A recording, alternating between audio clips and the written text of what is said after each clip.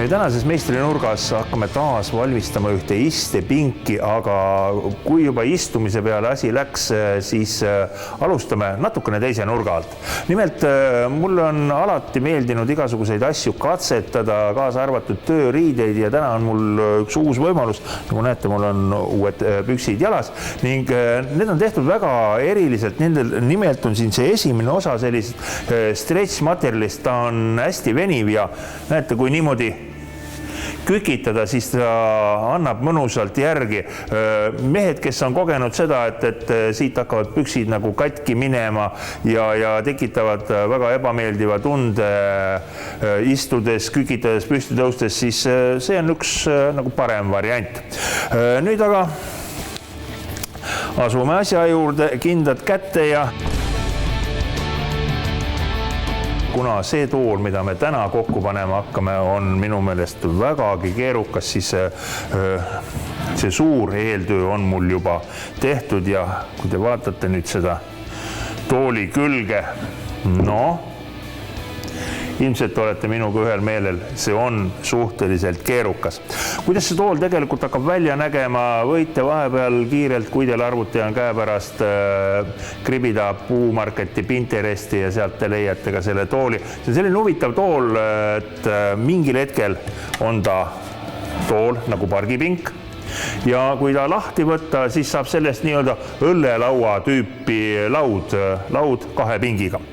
Ja mul on jäinud sinna kohta pidama, et mul on siit need ülemised kinnituspoldid natuke veel pingutada vaja.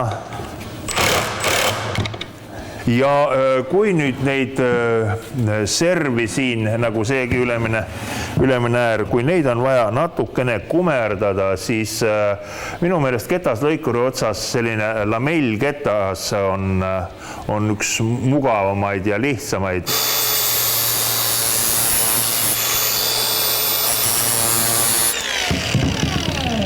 Tavaliselt prillid ei ole kaitseprillid, panen omale ette ja reguleerin nad paika.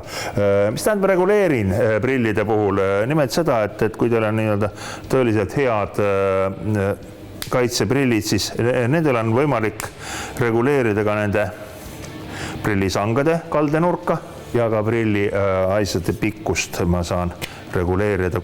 Pean ta siin põrandale panema.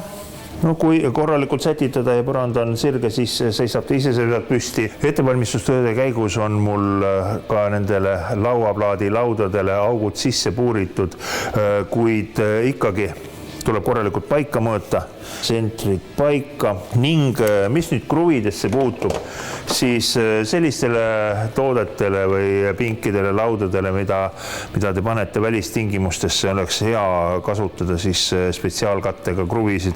70 millimeetrised kruvid, ma usun, on siin vägagi head.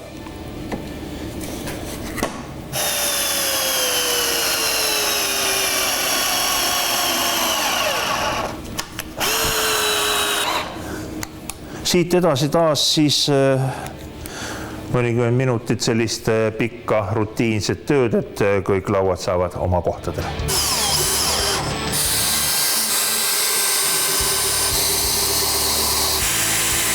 Ja nüüd saame paika panna